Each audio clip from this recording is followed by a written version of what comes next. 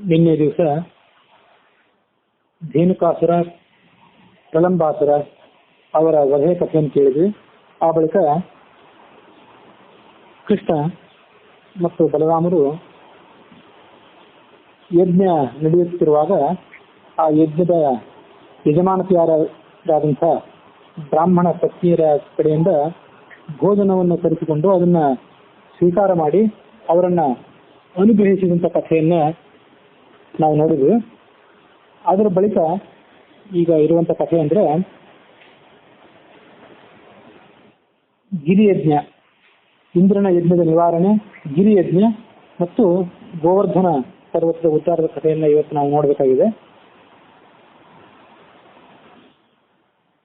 ಪ್ರತಿ ವರ್ಷದ ಅಭ್ಯಾಸದಂತೆ ಈ ಗೋಪಾಲರೆಲ್ಲರೂ ಕೂಡ ಒಮ್ಮೆ ಇಂದ್ರನ ಯಜ್ಞ ಮಾಡಬೇಕು ಅಂತ ಸಿದ್ಧತೆಯನ್ನು ಮಾಡ್ಕೊಳ್ಳಿಕ್ಕೆ ಪ್ರಾರಂಭ ಮಾಡಿದ್ರು. ಅದು ಅವನ ಗಮನಕ್ಕೆ ಬಂದಾಗ ಅವನಿಗೆ ಈ ಗೋಪಾಲಕರಾದವರು ಇಂದ್ರನ ಕುರಿತಾದ ಯಜ್ಞವನ್ನು ಯಾಕೆ ಮಾಡ್ತಾರೆ ಮತ್ತು ಅದರ ಪ್ರಯೋಜನವೇನು, ಅದರ ವಿಧಿವಿಧಾನಗಳೇನು ಇತ್ಯಾದಿ ಎಲ್ಲ ಮಾಹಿತಿಗಳು ಅವನಿಗೆ ಗೊತ್ತಿದ್ರು ಕೂಡ ಏನೂ ತಿಳಿಯದವನಂತೆ ವಿನಯದಿಂದ ಒಂದು ನಂದಗೋಪ ಮತ್ತು ಉಳಿದ ಹಿರಿಯ ಗೋಪಾಲಕರು ಅವನು ಪ್ರಶ್ನೆ ಮಾಡಿದ. ಈ ಯಜ್ಞವನ್ನು ಯಾಕಾಗಿ ಮಾಡ್ತಾ ಇದ್ದೀರಿ, ಇದಕ್ಕೆ ಯಾಕಾಗಿ ಈ ಸಂಭ್ರಮ, ಇದರ ಉಪಯೋಗ ಏನು ಅಂತ ಎಲ್ಲ ಪ್ರಶ್ನೆ ಮಾಡಿದ. ಆಗ ಆ ಗೋಪಾಲಕರಲ್ಲಿ ಹಿರಿಯನಾದಂತಹ ಒಬ್ಬ ವ್ಯಕ್ತಿ ಆ ಕೃಷ್ಣನಿಗೆ ಉತ್ತರಿಸಲಿಕ್ಕೆ ಪ್ರಾರಂಭ ಮಾಡಿದ ಅಂತ ಹರಿವಂಶದಲ್ಲಿದೆ. ಸ್ವಯಂ ನಂದಗೋಪನೇ ಉತ್ತರ ಕೊಟ್ಟ ಅಂತ ಭಾಗವತದಲ್ಲಿ. ಹೀಗೆ ಭಾಗವತ ಪ್ರಕಾರ ಸ್ವಯಂ ನಂದಗೋಪ ಮತ್ತು ಹರಿವಂಶದಲ್ಲಿ ಹೇಳಿದಂತೆ ಒಬ್ಬ ಹಿರಿಯನಾದಂಥ ಗೋಪಾಲ ಇವರೆಲ್ಲರೂ ಕೂಡ ಉತ್ತರ ಕೊಟ್ಟರು. ಆ ಇಂದ್ರನ ಪೂಜೆ ಮಾಡಿ ಇಂದ್ರನಿಗೆ ಸಂಬಂಧಪಟ್ಟಂತಹ ಒಂದು ಧ್ವಜ, ಆ ಧ್ವಜಕ್ಕೆ ಪೂಜೆ ಮಾಡುವುದು ಅವರ ಪದ್ಧತಿಯಾಗಿತ್ತು. ಲೋಕದಲ್ಲಿ ಕರ್ಮಯೋಗ, ಜ್ಞಾನಯೋಗ, ಭಕ್ತಿ ಯೋಗ ಅಂತ ಹೀಗೆ 3 ಯೋಗಗಳಿವೆ. ನೀವು ಮಾಡುವಂಥದ್ದು ಇದು ಕರ್ಮಸಮ್ಮತವೋ ಅಥವಾ ಜ್ಞಾನ ಸಮ್ಮತವಾದದ್ದು, ಸಂಪ್ರದಾಯದಿಂದ ಬಂದದ್ದು, ಶಾಸ್ತ್ರದಲ್ಲಿ ವಿಧಾನ ಮಾಡಲ್ಪಟ್ಟದ್ದು, ಇದು ಎಂಥದ್ದು, ಇದನ್ನು ವಿವರವಾಗಿ ನನಗೆ ಹೇಳಿ ಅಂತ ಕೃಷ್ಣ ಹೇಳಿದಾಗ ನಂದಗೋಪ ಅದರ ಪೂರ್ಣ ವಿವರಗಳನ್ನು ಹೇಳಲಿಕ್ಕೆ ಪ್ರಾರಂಭ ಮಾಡಿದ ಕೃಷ್ಣನಿಗೆ. ಇಂದ್ರನ ಮಹತ್ವ, ಇಂದ್ರ ಈ ಜಗತ್ತಿಗೆ ಸ್ವಾಮಿಯಾಗಿರುವುದು, ಇಂದ್ರನ ಆಳ್ವಿಕೆಗೆ ಈ ಜಗತ್ತು ಒಳಪಟ್ಟದ್ದು, ಅವನ ಆಳ್ವಿಕೆಯಿಂದಲೇ ಇಲ್ಲಿ ಮಳೆ ಬರುವಂಥದ್ದು ಎಲ್ಲ ಕಥೆಗಳನ್ನ ಗೋಪಾಲಕರು ಕೃಷ್ಣನಿಗೆ ಅದರ ಕಥೆಯನ್ನು ವಿಸ್ತಾರವಾಗಿ ಹೇಳಿದರು. ಇಂದ್ರನು ಸುರಿಸುವಂತಹ ಮಳೆಯಿಂದ ಹುಲ್ಲು ಬೆಳೀತದೆ, ಆ ಹುಲ್ಲನ್ನು ತಿಂದು ಗೋವುಗಳು ಹಾಲು ಕೊಡ್ತವೆ ಮತ್ತು ಆರೋಗ್ಯವಂತವಾದಂತಹ ಕರುಗಳನ್ನ ಅವು ಹುಟ್ಟುತ್ತವೆ. ಹೀಗೆ ಆ ಇಂದ್ರನ ಸುರಿಸುವಂತಹ ಮಳೆ ಏನಿದೆ, ಆ ಮಳೆ ನಮಗೆ ಎಲ್ಲ ರೀತಿಯಾದಂತಹ ಸಮೃದ್ಧಿಯನ್ನು ಕೊಡುವಂಥದ್ದು. ಹಾಗಾಗಿ ಇಂದ್ರನಿಗೆ ನಾವು ಪೂಜೆ ಮಾಡ್ತೀವಿ ಅಂತ ಆ ಗೋಪಾಲಕರಾದವರು ಅವನಿಗೆ ಅದರ ಕಥೆಯನ್ನ ವಿಸ್ತರಿಸಿ ಹೇಳಿದರು. ಮತ್ತು ಈ ಇಂದ್ರನ ಯಜ್ಞವನ್ನು ನಾವು ಪರಂಪರೆಯಿಂದ ಮಾಡ್ತಾ ಬಂದಿದ್ದೇವೆ. ಅದರಿಂದ ನಮಗೆ ಬಹಳ ಒಳ್ಳೆಯದಾಗಿದೆ, ಬಹಳ ಏಳಿಗೆ ಆಗಿದೆ. ಇದನ್ನು ಯಾರು ಬಿಡ್ತಾರೆ, ಭಯದಿಂದಾಗಿ ಅಥವಾ ಅಜ್ಞಾನದಿಂದಾಗಿ, ದ್ವೇಷದಿಂದಾಗಿ ಈ ಯಜ್ಞವನ್ನು ಯಾರು ಪರಿತ್ಯಾಗ ಮಾಡ್ತಾರೆ ಅವರು ಅಧೋಗತಿಯನ್ನು ಪಡಿತಾರೆ, ಅವರು ಹಾಳಾಗಿ ಹೋಗ್ತಾರೆ ಅಂತ ನಂದಗೋಪ ಕೃಷ್ಣನಿಗೆ ಅದರ ಇತಿಹಾಸವನ್ನೆಲ್ಲ ವಿವರಣೆ ಮಾಡಿ ಹೇಳಿದೆ. ಆಗ ಕೃಷ್ಣ ಹೇಳಿದ, ಮನುಷ್ಯನಿಗೆ ಒಳ್ಳೆಯದಾಗೋದು ಕೆಟ್ಟದಾಗೋದು ಇದೆಲ್ಲ ಏನಿದೆಯಲ್ಲ ಅವನ ಕರ್ಮಕ್ಕನುಸಾರವಾಗಿ ಜೀವಿ ಒಂದ್ ಕಡೆ ಹುಟ್ಟುತ್ತದೆ ಮತ್ತು ಅದಕ್ಕನುಸಾರವಾಗಿ ಅದು ಬೆಳೀತದೆ. ಹಾಗೆ ಜೀವನ ನಡೆಸಿ ಅದು ಮುಂದೆ ಒಂದು ಕಾಲಕ್ಕೆ ಸತ್ತು ಹೋಗ್ತದೆ. ಹೀಗೆ ಆ ಕರ್ಮ ನಮಗೆಲ್ಲ ಫಲ ಕೊಡೋದು. ಕರ್ಮ ಜಡ ಆದ್ದರಿಂದ ಆ ಜಡವಾದಂಥ ಕರ್ಮ ಇಂಥ ಸರ್ವಶಕ್ತಿಯನ್ನು ಪಡೆದದ್ದು ಹೇಗೆ, ಜೀವಿಗಳನ್ನೆಲ್ಲ ನಿಯಂತ್ರಣ ಮಾಡುವಂಥ ಶಕ್ತಿಯನ್ನ ಆ ಕರ್ಮ ಪಡ್ಕೊಂಡದ್ದು ಹೇಗೆ ಅಂತಂದ್ರೆ, ಆ ಕರ್ಮಕ್ಕೆ ಅಧ್ಯಕ್ಷನಾಗಿ ಮೇಲೆ ಪರಮಾತ್ಮ ಇದ್ದಾನೆ. ಆ ಪರಮಾತ್ಮನೇ ತನ್ನ ಮೇಲ್ವಿಚಾರಣೆಯಿಂದ ಈ ಕರ್ಮಗಳ ಅನುಸಾರವಾಗಿ ಜೀವಿಗಳಿಗೆಲ್ಲರಿಗೂ ಸುಖ ಕೊಡುವಂಥವನು. ಹೀಗೆ ನಮ್ಮ ಕರ್ಮಕ್ಕೆ ಅನುಸಾರವಾಗಿ ಭಗವಂತ ನಮಗೆ ಸುಖ ದುಃಖಗಳನ್ನೆಲ್ಲ ಕೊಡ್ತಾನೆ ಅಂತ ಆದಮೇಲೆ ಈ ಇಂದ್ರನ ಯಜ್ಞವನ್ನು ನಾವು ಯಾಕಾಗಿ ಮಾಡಬೇಕು, ಅದನ್ನು ಮಾಡಿದ್ರೆ ನಮ್ಗೆ ಉಪಯೋಗ ಏನು, ನಾವು ಭಗವಂತನನ್ನ ಆರಾಧನೆ ಮಾಡೋಣ. ನಾವು ಯಾವ ವೃತ್ತಿಯನ್ನು ಮಾಡ್ತೀವಿ ಈ ಜಗತ್ತಿನಲ್ಲಿ, ಯಾರ್ಯಾರಿಗೆ ಯಾವ್ಯಾವ ವೃತ್ತಿ ಎಂಬುದು ಪರಂಪರೆಯಿಂದ ಬಂದಿದೆ, ಆ ವೃತ್ತಿಯನ್ನೇ ನಾವು ದೇವರು ಅಂತ ಪೂಜೆ ಮಾಡಬೇಕು, ಕರ್ಮವನ್ನೇ ಪೂಜೆ ಮಾಡಬೇಕು, ಕರ್ಮವನ್ನೇ ಶ್ರದ್ಧೆಯಿಂದ ಆಚರಣೆ ಮಾಡಬೇಕು. ಆ ಕರ್ಮವೇ ಅವನಿಗೆ ಫಲ ಕೊಡುವಂಥ ದೇವತೆ. ಅದನ್ನು ಬಿಟ್ಟರೆ ನಾವು ದುರ್ಗತಿಯನ್ನು ಹೊಂದುತ್ತೇವೆ, ನಮಗೆ ಯಾವುದೇ ರೀತಿಯಾದಂಥ ಸದ್ಗತಿ ಆಗೋದಿಲ್ಲ ಅಂತ ಆ ಕೃಷ್ಣ ಅವರಿಗೆ ಆ ಕರ್ಮದಿಂದ ಆಗುವಂಥ ಮಹತ್ವ ಏನಿದೆ, ಕರ್ಮದಿಂದ ನಡೆಯುವಂಥ ಲೋಕದ ಗತಿ ಏನಿದೆ, ಅದರ ಬಗ್ಗೆ ಎಲ್ಲರಿಗೂ ಕೂಡ ವಿವರಣೆ ಮಾಡಿ ಹೇಳಿದ. ನಾವು ಅರಣ್ಯದಲ್ಲಿ ಸಂಚಾರ ಮಾಡುವಂಥ ಗೋಪಾಲಕರು, ಗೋವುಗಳಿಂದಲೇ ನಾವು ಜೀವನ ನಡೆಸುವಂಥವ್ರು. ಹೀಗೆ ನಮಗೆ ಈ ಗೋವುಗಳು, ಈ ಅರಣ್ಯ ಮತ್ತು ಈ ಪರ್ವತ ಏನಿದೆ, ಇದೇ ನಮಗೆ ದೇವತೆ. ಇದೇ ನಮಗೆ ದೇವತೆ ಆದ್ದರಿಂದ ನಾವು ಈ ಪರ್ವತಕ್ಕೆ ಪೂಜೆ ಮಾಡೋಣ. ಅದರಂತೆ ಪರ್ವತದ ಸುತ್ತಮುತ್ತಲಿನ ತಪ್ಪಲ ಪ್ರದೇಶದಲ್ಲಿ ಈ ಗೋವುಗಳೇನು ಸಂಚಾರ ಮಾಡ್ತಾವಲ್ಲ, ಆ ಗೋವುಗಳಿಗೆ ಮತ್ತು ವೃಷಭಗಳಿಗೆ ನಾವು ಪೂಜೆ ಮಾಡೋಣ. ಅದನ್ನು ಬಿಟ್ಟು ಇಂದ್ರನಿಗೆ ನಾವು ಯಾಕೆ ಪೂಜೆ ಮಾಡಬೇಕು ಅಂತ ಹೀಗೆ ಅವನು ತನ್ನ ಅಭಿಪ್ರಾಯವನ್ನು ಕೃಷ್ಣ ತಿಳಿಸಿದ. ಬ್ರಾಹ್ಮಣರು ಮಂತ್ರಪೂರ್ವಕವಾಗಿ ಯಜ್ಞದಲ್ಲಿ ಯಜ್ಞ ಮಾಡಲಿ ಮತ್ತು ಉಳಿದವರೆಲ್ಲರೂ ಕೂಡ ಹಾಲು ಮೊಸರು ಇತ್ಯಾದಿ ಭಕ್ಷ್ಯ ಭೋಜ್ಯಗಳನ್ನು ಎಲ್ಲರೂ ಕೂಡ ದೊಡ್ಡ ಪ್ರಮಾಣದಲ್ಲಿ ಸಂಗ್ರಹ ಮಾಡಲಿ. ಹೀಗೆ ಸಂಗ್ರಹ ಮಾಡಿದ ಮೇಲೆ ಆ ಎಲ್ಲ ಸಾಮಗ್ರಿಗಳನ್ನು ಉಪಯೋಗ ಮಾಡಿ ನಾವು ಗಿರಿ ಯಜ್ಞವನ್ನು ಮಾಡೋಣ. ಈ ಗೋವರ್ಧನ ಪರ್ವತ ಏನಿದೆ ಇದನ್ನ ಕುರಿತೇ ನಾವು ಆರಾಧನೆ ಮಾಡೋಣ, ಯಜ್ಞ ಮಾಡೋಣ. ಹೀಗೆ ಅವನು ಹೇಳಿದ ಮೇಲೆ ಎಲ್ಲರೂ ಕೂಡ ಈ ನಂದ ಮೊದಲಾದಂತಹ ಎಲ್ಲ ಗೋಪಾಲಕರು ಮತ್ತು ಹಿರಿಯರಾದಂತಹ ವೃದ್ಧರಾದಂತಹ ಎಲ್ಲ ಗೋಪಾಲಕರು ಕೂಡ ಆ ಕೃಷ್ಣನ ಮಾತನ್ನು ಮನ್ನಿಸಿ ಈ ಯಜ್ಞಕ್ಕೆ ಅವರು ತಯಾರಾದರು. ಗಿರಿಯನ್ನು ಕುರಿತಂತ ಯಜ್ಞಕ್ಕೆ ಅವರು ತಯಾರಾದರು. ನೀವು ಹಿಂದೆ ಯಾವತ್ತೂ ಕೂಡ ನೀನೇ ಎಲ್ಲ ರಾಕ್ಷಸರನ್ನು ಸಂಹಾರ ಮಾಡಿ ನಮ್ಮನ್ನು ಉದ್ಧಾರ ಮಾಡಿದ್ದಿ, ಹಾಗಾಗಿ ನೀನು ಹೇಳಿದ್ದೆಲ್ಲವೂ ಕೂಡ ನಮ್ಮ ಉದ್ಧಾರಕ್ಕಾಗಿ ಇರ್ತದೆ, ನಮ್ಮ ಒಳ್ಳೆಯದಕ್ಕಾಗಿ ನೀನು ಹೇಳ್ತಿ. ಹಾಗಾಗಿ ನಿಮ್ಮ ಮಾತನ್ನು ನಾವು ಹೇಗೆ ಉಲ್ಲಂಘಿಸೋದು, ಹಾಗಾಗಿ ನೀವು ಹೇಳಿದಂತೆ ನಾವು ನಡ್ಕೊಳ್ತೇವೆ ಅಂತ ಅವರು ಎಲ್ಲ ರೀತಿಯಾದಂತಹ ಆಹಾರ ಸಾಮಗ್ರಿಗಳನ್ನು ತಯಾರು ಮಾಡಿದರು. ಮಾಂಸ ಇತ್ಯಾದಿಗಳನ್ನು ಭಕ್ಷ್ಯಭೋಜ್ಯಗಳನ್ನು ಅವರು ತಯಾರು ಮಾಡಿದರು. ಹೀಗೆ ತಯಾರು ಮಾಡಿ ಅವರು ಆ ಗಿರಿ ಯಜ್ಞಕ್ಕೆ ತಯಾರಾದರು. ಗಿರಿ ಯಜ್ಞಕ್ಕೆ ತಯಾರಾದ ಮೇಲೆ ಆ ಭಗವಂತ ತಾನು ಗೋಪಾಲ ಬಾಲಕನ ರೂಪದಿಂದ ಬಲರಾಮ ಮತ್ತು ತನ್ನ ತಾಯಿಯರಾದಂತಹ ಯಶೋದೆ, ರೋಹಿಣಿ ಇವರ ಜೊತೆಗೂಡಿ ಅವನು ಆ ಸ್ಥಳದಲ್ಲಿ ನಿಂತ್ಕೊಂಡು ತಾನು ಪೂಜೆ ಮಾಡ್ತಾ ಇದ್ರು. ಮತ್ತೊಂದು ರೂಪದಿಂದ ಆ ಗೋವರ್ಧನ ಪರ್ವತದ ಮೇಲೆ ಸ್ವಯಂ ಆಸೀನನಾದ. ಗೋವರ್ಧನ ಪರ್ವತದ ಮೇಲೆ ಸ್ವಯಂ ಕೂತ್ಕೊಂಡು ಅವರು ಮಾಡುವಂಥ ಪೂಜೆಯನ್ನೆಲ್ಲ ತಾನೇ ಸ್ವೀಕಾರ ಮಾಡಿದ. ಇಷ್ಟನ್ನೆಲ್ಲ ಅವನು ಯಾಕೆ ಮಾಡ್ತಿದ್ದ?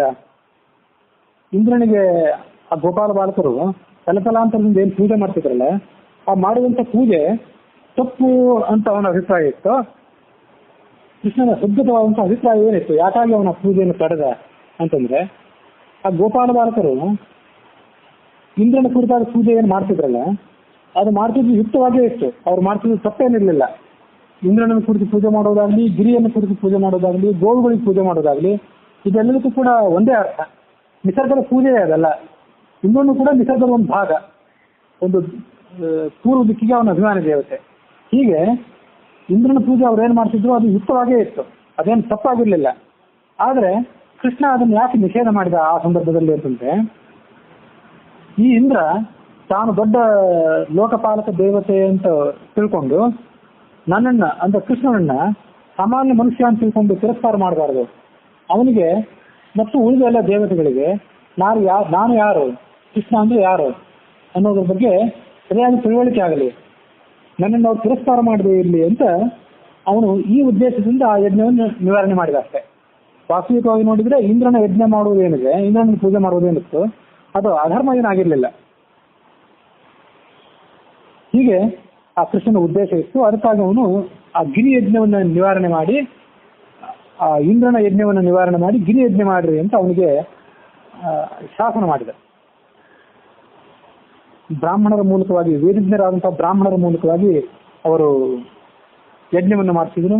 ಯಜ್ಞವನ್ನು ಮಾಡಿಸಿ ಅವರಿಗೆಲ್ಲರಿಗೂ ಕೂಡ ಭೋಜನವನ್ನು ಮಾಡಿಸಿದ್ರು. ಭೋಜನವನ್ನು ಮಾಡಿಸಿದ ಮೇಲೆ ಕೃಷ್ಣ ಹೇಳಿದ, ಈ ಎಲ್ಲ ಗೋವುಗಳು, ಕರುಗಳು ಮತ್ತು ವೃಷಭಗಳು ಇವುಗಳೆಲ್ಲವನ್ನು ಇಲ್ಲಿ ತಗೊಂಡು ಬಂದು ಗಿರಿಗೆ ಪ್ರದಕ್ಷಿಣೆ ಮಾಡಿಸಿ, ಈ ಗೋವರ್ಧನ ಪರ್ವತಕ್ಕೆ ಪ್ರದಕ್ಷಿಣೆ ಮಾಡಿಸಿ ಅಂತ ಹೇಳಿದ. ಹೀಗೆ ಅವನು ಪ್ರದಕ್ಷಿಣೆ ಮಾಡಿಸಿದ ಮೇಲೆ ಆ ಎತ್ತರವಾದಂತಹ ಪರ್ವತದ ಮೇಲೆ ತಾನು ಕೂತ್ಕೊಂಡು ಅವರು ಏನ್ ನೈವೇದ್ಯ ಮಾಡಿದ್ರಲ್ಲ, ಆ ಗೋಪಾಲ ಬಾಲಕರೆಲ್ಲರೂ ಕೂಡ ಏನ್ ನೈವೇದ್ಯ ಮಾಡಿದ್ರಲ್ಲ, ಆ ಎಲ್ಲ ಭಕ್ಷ್ಯ ಭೋಜ್ಯ ಪದಾರ್ಥಗಳನ್ನು ತಿಂದು ಹಾಲನ್ನು ಕುಡಿದು ಸಂತೃಪ್ತೋಸ್ಮಿ, ನಾನು ತೃಪ್ತನಾಗಿದ್ದೇನೆ ಅಂತ ಹೇಳಿ ಗಹಗಹಿಸಿ ನಕ್ಕ. ಆ ದೊಡ್ಡ ರೂಪದಿಂದ ಅವನು ಸಿಕ್ಕೊಂಡಿದ್ದವನು ಅಟ್ಟಹಾಸ ಮಾಡಿ ನಕ್ಕ ಮೇಲೆ ಈ ಕೆಳಗಿದ್ದಂತ ಕೃಷ್ಣ ಮೇಲಿದ್ದಂತ ಕೃಷ್ಣನನ್ನ ಗೋಪಾಲ ಬಾಲಕರಿಗೆ ತೋರಿಸಿದ. ಆ ಗೋವರ್ಧನ ಪರ್ವತದ ಮೇಲೆ ಸ್ವಯಂ ಭಗವಂತ ಉಪಸ್ಥಿತನಾಗಿದ್ದಾನೆ. ಅವನು ನಾವು ಕೊಟ್ಟಂತಹ ಪೂಜೆಯನ್ನೆಲ್ಲ ಸ್ವೀಕಾರ ಮಾಡಿದ್ದಾನೆ, ನಾವು ಕೊಟ್ಟಂತಹ ನೈವೇದ್ಯವನ್ನೆಲ್ಲ ಭಕ್ಷಣ ಮಾಡಿದ್ದಾನೆ, ಅವನನ್ನು ನೀವು ನೋಡಿರಿ ಅಂತ ಆ ಗೋಪಾಲ ಬಾಲಕರಿಗೆಲ್ಲರಿಗೂ ಕೂಡ ಅದನ್ನು ತೋರಿಸಿದ ಅವನು. ಹೀಗೆ ಆ ವಿಧಿವತ್ತಾಗಿ ಅವರು ಗೋಪಾಲ ಬಾಲಕರು ಮತ್ತು ಕೃಷ್ಣ ಇವರೆಲ್ಲರೂ ಕೂಡ ಅದರ ಯಜ್ಞವನ್ನು ಮುಗಿಸಿದ್ರು. ಆ ಗೋವರ್ಧನ ಪರ್ವತದ ಪೂಜೆಯನ್ನು ಮುಗಿಸಿ ಅದಾದ ಬಳಿಕ ಅವರೆಲ್ಲರೂ ಕೂಡ ಹೊರಟು ಹೋದರು, ಗೋಕುಲಕ್ಕೆ ಹೊರಟು ಹೋದರು, ತಮ್ಮ ಬೃಂದಾವನಕ್ಕೆ, ತಮ್ಮ ವಸತಿ ಪ್ರದೇಶಕ್ಕೆ ಹೊರಟು ಹೋದರು. ಹೀಗೆ ಅವರು ವಸತಿ ಪ್ರದೇಶಕ್ಕೆ ಹೊರಟು ಹೋದ್ಮೇಲೆ ಅಲ್ಲಿಗೆ 17ನೇ ಅಧ್ಯಾಯ ಮುಕ್ತಾಯ ಆಗಿದೆ. 17 ಅಥವಾ 16, 17ನೇ ಅಧ್ಯಾಯ ಅಲ್ಲಿಗೆ ಮುಕ್ತಾಯ ಆಗಿದೆ. ಹೀಗೆ ಆ ಕಥೆ ಮುಗಿದದ್ದೇನಿದೆ ಅದಕ್ಕೆ ಸಂಬಂಧಪಟ್ಟಂತ ಒಂದು ಅಂಶ ನಾವು ನೋಡಬೇಕು. ನಮ್ಮಲ್ಲಿ ಎಲ್ಲರಲ್ಲೂ ಕೂಡ ಭಾರತೀಯ ಧರ್ಮಗಳಲ್ಲಿ ನಿಸರ್ಗವನ್ನ ಮತ್ತು ನಿಸರ್ಗದಲ್ಲಿರುವಂತಹ ಶಕ್ತಿಗಳನ್ನ ದೇವರು ಅಂತ ತಿಳ್ಕೊಂಡು ಪೂಜೆ ಮಾಡೋದು ನಮ್ಮ ಪದ್ಧತಿ. ಅವು ಹಾವುಗಳಿರ್ಬೋದು, ಹಾವುಗಳು ರೈತರಿಗೆ ಮತ್ತು ಉಳಿದ ಎಲ್ಲ ಭೂಲೋಕದ ನಿವಾಸಿಗಳಿಗೆ ಅವು ಉಪಕಾರ ಮಾಡುವಂಥವು. ಅವರು ಬೆಳೆಯುವಂತಹ ಧನಧಾನ್ಯಗಳಿಗೆ ಕಂಟಕವಾದಂತಹ ಇಲಿ ಮೊದಲಾದ ಪ್ರಾಣಿಗಳನ್ನು ನಾವು ತಿಂದು ನಿಯಂತ್ರಣದಲ್ಲಿಡ್ತವೆ. ಹಾಗಾಗಿ ಹಾವನ್ನು ಕೂಡ ದೇವರನ್ನು ಪೂಜೆ ಮಾಡ್ತೀವಿ, ಪರ್ವತವನ್ನು ದೇವರನ್ನು ಪೂಜೆ ಮಾಡ್ತೀವಿ, ಆಮೇಲೆ ನದಿಗಳನ್ನ, ಸಮುದ್ರಗಳನ್ನ ನಾವು ದೇವತೆಗಳನ್ನು ಪೂಜೆ ಮಾಡ್ತೀವಿ. ಇಂದ್ರ, ವರುಣ, ಕುಬೇರ ಮೊದಲಾದಂತಹ ದೇವತೆಗಳನ್ನು ಕೂಡ ನಾವು ದಿಕ್ಪಾಲಕರನ್ನು ಪೂಜೆ ಮಾಡ್ತೀವಿ. ಹೀಗೆ ದಿನನಿತ್ಯ ನಾವು ಮಾಡುವಂತಹ ಪೂಜೆಗಳಲ್ಲಿ, ಸಂಧ್ಯಾವಂದನಗಳಲ್ಲಿ ಎಲ್ಲ ದಿಕ್ಕುಗಳಿಗೆ, ಎಲ್ಲ ನದಿಗಳಿಗೆ, ಸಮುದ್ರಗಳಿಗೆ ದೇವತೆಗಳು ಅಂತ ಭಾವಿಸಿ ನಾವು ಪೂಜೆ ಮಾಡುವುದು ನಮ್ಮ ಪರಂಪರೆಯಲ್ಲಿ ಬಂದಿರುವಂಥದ್ದು. ಅದರ ಅಂಗವಾಗಿಯೇ ಈ ಇಂದ್ರನ ಪೂಜೆ ಆಗಲಿ ಅಥವಾ ನಿಸರ್ಗದ ಪೂಜೆ, ಈ ಗೋವರ್ಧನ ಪರ್ವತದ ಪೂಜೆ ಅದೇನು ಪ್ರತ್ಯೇಕವಾಗಿರಲಿಲ್ಲ. ಅದು ಇಂದ್ರನ ಅಹಂಕಾರ ಮುರಿಬೇಕು ಅಂತ ಹೇಳಿ ಕೃಷ್ಣ ಆ ಉದ್ದೇಶದಿಂದ ಈ ಗೋವರ್ಧನ ಪರ್ವತದ ಪೂಜೆಯನ್ನು ಮಾಡ್ತಿದ್ದ. ಇಂದ್ರನಿಗೆ ಅಸಮಾಧಾನ ಆಯಿತು. ನನ್ನ ಕುರಿತಾದ ಪೂಜೆಯನ್ನ ಇಷ್ಟು ದಿವಸ ಇವರು ಮಾಡ್ತಿದ್ರು, ನನಗೆ ಇವರು ಆರಾಧನೆ ಮಾಡ್ತಿದ್ರು, ನೈವೇದ್ಯ ಮಾಡ್ತಿದ್ರು. ಕಾಡು ಮನುಷ್ಯರಾದಂತಹ ಗೋಪಾಲಕರಿಗೆ ಐಶ್ವರ್ಯ ಮದ ಬಂದಿದೆ ಇವತ್ತು. ಸಾಮಾನ್ಯ ಮನುಷ್ಯನಾದಂತಹ ಕೃಷ್ಣನನ್ನು ಅವಲಂಬಿಸಿಕೊಂಡು, ಅವನ ಪರಾಕ್ರಮವನ್ನು ಅವಲಂಬಿಸಿಕೊಂಡು ಇವರು ದೇವರಾಜನಾದಂತಹ ನನ್ನನ್ನು ಅವಮಾನ ಮಾಡ್ತಿದ್ದಾರಲ್ಲ. ಇಂದ್ರ ಪೂಜೆಯನ್ನು ಬಿಟ್ಟು ಆ ಗೋವರ್ಧನ ಪರ್ವತಕ್ಕೆ ಪೂಜೆ ಮಾಡಿದಾರಲ್ಲ. ಬಾಯಿ ಬಡಕನಾದಂತಹ, ಮೂರ್ಖನಾದಂತಹ, ತನ್ನನ್ನೇ ಪಂಡಿತ ಅಂತ ತಿಳ್ಕೊಂಡಿರುವಂತಹ ಈ ಕೃಷ್ಣನನ್ನು ಅವಲಂಬಿಸಿ ಇವರು ನನಗೆ ವಿರೋಧ ಮಾಡ್ತಿದ್ದಾರಲ್ಲ. ಹಾಗಾಗಿ ಇವರಿಗೆ ಒಂದು ತಕ್ಕ ಶಾಸನ ಮಾಡಬೇಕು, ಇವರಿಗೆ ನಾನು ಬುದ್ಧಿ ಬರುವಂತೆ ಮಾಡಬೇಕು ಅಂತ ಆಲೋಚನೆ ಮಾಡಿದ ಇಂದ್ರ. ಆಲೋಚನೆ ಮಾಡಿ ತನ್ನ ಅಧೀನದಲ್ಲಿರುವಂತಹ ಕೆಲವು ಮೋಡಗಳಿಗೆ ಅವನು ಆಜ್ಞಾಪನೆ ಮಾಡಿದ. ಮಳೆ ಬರ್ಸೋದು ಯಾವತ್ತೂ ಕೂಡ ಇಂದ್ರನದೇ ಪೂಜೆ, ಇಂದ್ರನದೇ ಕಾರ್ಯ ಅಂತ ನಾವು ಪರಂಪರೆಯಿಂದ ನಂಬುತ್ತೇವೆ. ಹಾಗಾಗಿ ಇಂದ್ರನ ಅಧೀನದಲ್ಲಿ ಸಾಮಾನ್ಯವಾಗಿ ಇಂತಹ ಕಾಲದಲ್ಲಿ ಮಳೆ ಬರೆಸಲಿಕ್ಕೆ ಕೆಲವು ಮೋಡಗಳಿವೆ. ಪ್ರಳಯ ಕಾಲದಲ್ಲಿ ಮಳೆ ಬರೆಸಲಿಕ್ಕೆ ಇನ್ನೂ ಕೆಲವು ಬೇರೆ ಮೋಡಗಳಿವೆ. ಸಂವರ್ತಕ ಅಂತ ಆ ಮೋಡಗಳಿಗೆ ಹೆಸರು. ಆ ಸಂವರ್ತಕ ಮೊದಲಾದಂಥ ಮೋಡಗಳನ್ನು ಅವನು ಕರೆದ. ಅವುಗಳನ್ನು ಉಳಿದ ಸಂದರ್ಭದಲ್ಲಿ ಅವನು ಕಟ್ಟಿಟ್ಟಿರ್ತಾನೆ. ಆ ಮೋಡಗಳಲ್ಲಿ ಹೋಗಬಾರ್ದು, ಹಾವಳಿ ಮಾಡಬಾರ್ದು ಅಂತ ಹೇಳಿ ಅವುಗಳನ್ನು ಕಟ್ಟಿಟ್ಟಿರ್ತಾನೆ. ಪ್ರಳಯ ಕಾಲ ಬಂದಾಗ ಆ ಸಂವರ್ತಕ ಮೊದಲಾದಂತಹ ಮೋಡಗಳಿಗೆ ಏನು ಕಟ್ಟಿರ್ತದಲ್ಲ, ಆ ಕಟ್ಟನ್ನು ಅವನು ಬಿಚ್ತಾನೆ. ಬಿಚ್ಚಿ ಪ್ರಳಯ ಕಾಲದಲ್ಲಿ ಮಳೆ ಬರೆಸಲಿಕ್ಕೆ ಅವುಗಳನ್ನು ಆಜ್ಞಾಪನೆ ಮಾಡ್ತಾನೆ ಅಂತ ನಾವು ಕಥೆಯನ್ನು ನೋಡ್ತೀವಿ.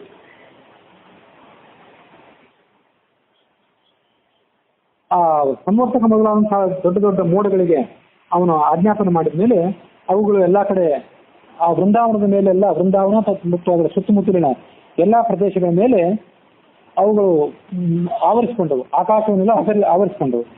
ಆಕಾಶವನ್ನೆಲ್ಲ ಆವರಿಸಿಕೊಂಡವು. ಆ ಬಳಿಕ ಎಲ್ಲ ಆಕಾಶ ಎಲ್ಲ ಕಪ್ಪಾಗಿ ಹೋಯಿತು ಆ ಮೋಡಗಳಿಂದ ಆವೃತವಾಗಿ. ಮತ್ತು ದೊಡ್ಡ ಒನಕೆ ಆಕಾರದಲ್ಲಿ ಮಳೆ ಬರಲಿಕ್ಕೆ ಪ್ರಾರಂಭ ಆಯಿತು. ಒನಕೆ ಆಕಾರದಲ್ಲಿ ಅಥವಾ ಆನೆ ಸೊಂಡಿಲಿನ ಆಕಾರದಲ್ಲಿ ದೊಡ್ಡ ಪ್ರಮಾಣದಲ್ಲಿ ಮಳೆ ಬರಲಿಕ್ಕೆ ಶುರುವಾಯಿತು. ಹೀಗೆ ಮಳೆ ಬರಲಿಕ್ಕೆ ಪ್ರಾರಂಭ ಆದಾಗ ಎಲ್ಲಾ ಕಡೆಯೂ ಕೂಡ ಬಹಳ ಹಾವಳಿ ಆಯಿತು. ಎಷ್ಟೋ ದನಕರುಗಳು ತಮ್ಮ ಜೀವವನ್ನೇ ಕಳ್ಕೊಂಡು, ಎಷ್ಟೋ ಪಶು ಪಕ್ಷಿಗಳು, ಕ್ರೂರ ಪ್ರಾಣಿಗಳು ಬಹಳ ತೊಂದರೆಗೊಳಗಾದವು. ಎಲ್ಲ ಗೋಪಾಲ ಬಾಲಕರು ಮತ್ತು ಹಿರಿಯರಾದಂತಹ ಗೋಪಸ್ತ್ರೀಯರೆಲ್ಲರೂ ಕೂಡ ಈ ಕೃಷ್ಣನನ್ನು ಶರಣ ಹೊಂದಿದರು. ಹೀಗೆ ದೊಡ್ಡ ಮಳೆಯೊಂದು ಬರ್ತಾ ಇದೆ, ಇದು ನಿಲ್ಲುವ ಲಕ್ಷಣ ಕಾಣ್ತಾ ಇಲ್ಲ, ಹಾಗಾಗಿ ನಮಗೆ ಬಂದಿರುವಂತಹ ಈ ಹಾವಳಿಯನ್ನು ನೀನು ರಕ್ಷಣೆ ಮಾಡುವ, ಹಾವಳಿಯನ್ನು ನೀನು ನಿವಾರಣೆ ಮಾಡು. ಕುಪಿತನಾದಂತಹ ಇಂದ್ರ ನಮಗೆ ತೊಂದರೆ ಕೊಟ್ಟಿದ್ದಾನೆ, ಹಾಗಾಗಿ ನಮ್ಮನ್ನು ನೀನು ಕಾಪಾಡುವಂತ ಎಲ್ಲ ಗೋಪಾಲಕರು ಕೇಳ್ಕೊಂಡ್ರು. ಹೀಗೆ ಕೇಳ್ಕೊಂಡ ಮೇಲೆ ಕೃಷ್ಣನಿಗೆ ಅದು ಗೊತ್ತಾಯ್ತು. ಅವನ ಪೂಜೆಯನ್ನು ನಾವು ನಿಲ್ಲಿಸಿದ್ವಲ್ಲ, ಇಂದ್ರನಿಗೆ ಸಂಬಂಧಪಟ್ಟಂತ ಪೂಜೆಯನ್ನ, ಈ ಪೂಜೆಯನ್ನು ನಿಲ್ಲಿಸಿದ್ರಿಂದ ಇಂದ್ರನಿಗೆ ಬಹಳ ಕೋಪ ಬಂದಿದೆ. ಕೋಪ ಬಂದವನು ತನ್ನ ಪ್ರಭಾವವನ್ನು ತೋರಿಸಲಿಕ್ಕಾಗಿ ಈ ಮಳೆಯನ್ನ ಕರೆಸ್ತಾ ಇದ್ದಾನೆ ಅಂತ ಹೇಳಿ ಕೃಷ್ಣನಿಗೆ ಗೊತ್ತಾಯ್ತು. ಅಖಂಡವಾದಂತಹ ಮಳೆಯನ್ನು ಬರೆಸ್ತಾ ಇದ್ದಾನೆ, ಹಾಗಾಗಿ ಈ ಇಂದ್ರನಿಗೆ ನಾನೊಂದು ಪ್ರತಿಕಾರವನ್ನು ಮಾಡ್ತೇನೆ. ಇಂದ್ರನಿಗೆ ಅವನ ಶಕ್ತಿ ಎಷ್ಟು ಸೀಮಿತವಾದದ್ದು ಅಂತ ನಾನು ತೋರಿಸ್ತೇನೆ. ಅವನ ಲೋಕಪಾಲಕ ಪದವಿ ಏನಿದೆಯಲ್ಲ, ಅದು ಬಹಳ ದೊಡ್ಡದು ಅಂತ ಅವನು ಭ್ರಾಂತಿ ಪಟ್ಟಿದ್ದಾನೆ. ಆ ಲೋಕಪಾಲಕ ಪದವಿಗೂ ಕೂಡ ಒಂದು ಸೀಮಿತ ಶಕ್ತಿ ಇದೆ, ಇಂದ್ರ ಏನು ದೊಡ್ಡ ಶಕ್ತಿ ಅಲ್ಲ ಅನ್ನೋದು ನಾನು ತೋರಿಸ್ತೇನೆ ಅಂತ ಅವನು ಆಲೋಚನೆ ಮಾಡಿದ. ಆಲೋಚನೆ ಮಾಡಿ ಗೋವರ್ಧನ ಪರ್ವತ ಏನಿತ್ತು, ಗೋವರ್ಧನ ಪರ್ವತವನ್ನ ಅವರೆಲ್ಲರೂ ನೋಡ್ತಿದ್ದಂತೆ ಎತ್ತಿ ಹಿಡಿದ, ತನ್ನ ಕೈಗಳಿಂದ ಎತ್ತಿ ಹಿಡಿದ. ಕೈಗಳನ್ನು ಎತ್ತಿ ಹಿಡಿದು ಆ ಗೋಪಾಲ ಬಾಲಕರಿಗೂ ಕೂಡ ಹೇಳಿದ, ಈ ಗೋವರ್ಧನ ಪರ್ವತ ಏನಿದೆ, ಎರಡೂ ತೋಳುಗಳಿಂದ ಮೊದಲನ್ನು ಎತ್ತಿ ಹಿಡಿದು ಒಂದು ಎಡಗೈಯ ಅಂಗೈಯ ಮೇಲೆ ಅದನ್ನ ಎತ್ತಿ ಹಿಡಿದ. ಎತ್ತಿ ಹಿಡಿದ ಮೇಲೆ ಆ ಗೋವರ್ಧನ ಪರ್ವತ ನಡುಗಲಿಕ್ಕೆ ಶುರುವಾಯಿತು. ಅಲ್ಲಿರುವಂತಹ ಆನೆ, ಹುಲಿ ಮೊದಲಾಂತ ಎಷ್ಟೋ ಪ್ರಾಣಿಗಳು ಆ ಕಂಪನವನ್ನು ತಾಳದೆ ಬಹಳ ಸಂಕಟಪಟ್ಟವು. ಆದ್ರೆ ಒಮ್ಮೆ ಕೃಷ್ಣ ಅದನ್ನು ತನ್ನ ಅಂಗೈ ಮೇಲೆ ಇಟ್ಕೊಂಡಾಗ ಅದು ಸ್ಥಿರವಾಗಿ ಅವನ ಅಂಗೈ ಮೇಲೆ ನಿಲ್ಲಿತು. ಮೇಲೆ ನೋಡ್ತಿರುವಂತಹ ವಿದ್ಯಾಧರರು, ಚಾರಣರು, ಸಿದ್ಧರು, ದೇವತೆಗಳಿಗೆ ಆ ಗೋವರ್ಧನ ಪರ್ವತ ಆಕಾಶದಲ್ಲಿ ಹಾರ್ತಿರುವಂತ ಒಂದು ದೊಡ್ಡ ಪಕ್ಷಿ ಅಂತ ಕಾಣಿಸ್ತು ಅಂತ ಅದನ್ನು ವರ್ಣನೆ ಮಾಡ್ತಾರೆ. ಅವನು ಈ ತರ ಹೇಳಿದ ಮೇಲೆ ಆ ಗೋಪಾಲ ಬಾಲಕರಿಗೆ ಒಂದು ಹೇಳಿದ, ನಾನು ದಿವ್ಯವಾದಂತಹ ಒಂದು ನನ್ನ ಶಕ್ತಿಯ ಮೂಲಕ ಈ ಅಲೌಕಿಕವಾದಂತಹ ಗೋವರ್ಧನ ಪರ್ವತವನ್ನು ಎತ್ತಿ ಹಿಡಿದಿದ್ದೇನೆ. ಇದನ್ನೇ ವಾಸಗ್ರಹ ಅಂತ ನಾನು ನಿಮಗೆ ಕಲ್ಪನೆ ಮಾಡಿಕೊಟ್ಟಿದ್ದೇನೆ. ಇದೇ ನಿಮಗೆ ವಾಸಗ್ರಹ ಆದ್ರಿಂದ ನಿಮಗೆ ಮಳೆ, ಬಿರುಗಾಳಿ ಯಾವುದೇ ತೊಂದರೆ ಇದರಿಂದ ಆಗೋದಿಲ್ಲ. ನೀವು ಇದ್ರ ಕೆಳಗೆ ಬಂದು ರಕ್ಷಣೆಯನ್ನು ಪಡ್ಕೊಳ್ರಿ ಅಂತ ಅವರಿಗೆಲ್ಲರಿಗೂ ಕರೆ ಕೊಟ್ಟ. ಆ ಗೋವರ್ಧನ ಪರ್ವತದ ವಿಸ್ತಾರ ಎಷ್ಟಿತ್ತು ಅದನ್ನು ಹರಿವಂಶದಲ್ಲಿ ಬರುವಂತೆ ನಾವು ನೋಡಬೇಕು. 5 ಯೋಜನ ಉದ್ದವಾಗಿ, 1 ಯೋಜನ ಅಗಲಾಗಿ ಆ ಗೋವರ್ಧನ ಪರ್ವತದ ವಿಸ್ತಾರ ಇತ್ತು. ಅಂತ ವಿಸ್ತಾರವಾದಂತಹ ಪರ್ವತವನ್ನು ಅವನು ತನ್ನ ಕೈಗಳಿಂದ ಎತ್ತಿ ಹಿಡಿದ. 1 ಯೋಜನ ಅಂದ್ರೆ ಸುಮಾರು 8 ರಿಂದ 9 ಮೈಲು ಅಂತ ನಾವು ಅದನ್ನ ಅರ್ಥ ಮಾಡ್ತೇವೆ. ಅಂದ್ರೆ ಸುಮಾರು 40 ಮೈಲು ಉದ್ದವಾಗಿ ಮತ್ತು ಸುಮಾರು ಒಂದು 8 ಮೈಲಿನಷ್ಟು ಅಗಲವಾಗಿ ಹೀಗೆ ಆ ಗೋವರ್ಧನ ಪರ್ವತದ ವಿಸ್ತಾರ ಇತ್ತು. ಅಂಥ ಪರ್ವತವನ್ನು ಅವನು ಎತ್ತಿ ಹಿಡಿದ ಮೇಲೆ ಆ ಪರ್ವತದ ಕೆಳಗೆ ಬೇಕಾದಷ್ಟು ರೀತಿಯ ಒಂದು ದೊಡ್ಡ ವಾಸಸ್ಥಾನ ತಯಾರಾಯಿತು. ಅಲ್ಲಿ ಇಡೀ ವೃಂದಾವನಕ್ಕೆ ಎಲ್ಲ ಗೋಪಾಲ ಬಾಲಕರು, ಗೋಪಸ್ತ್ರೀಯರು ಮತ್ತು ಗೋಗಳು, ಕರುಗಳು, ವೃಷಭಗಳು ಎಲ್ಲರಿಗೂ ಕೂಡ ಸುರಕ್ಷಿತವಾದಂತಹ ವಾಸಸ್ಥಾನ ಅಲ್ಲಿ ನಿರ್ಮಾಣವಾಯಿತು.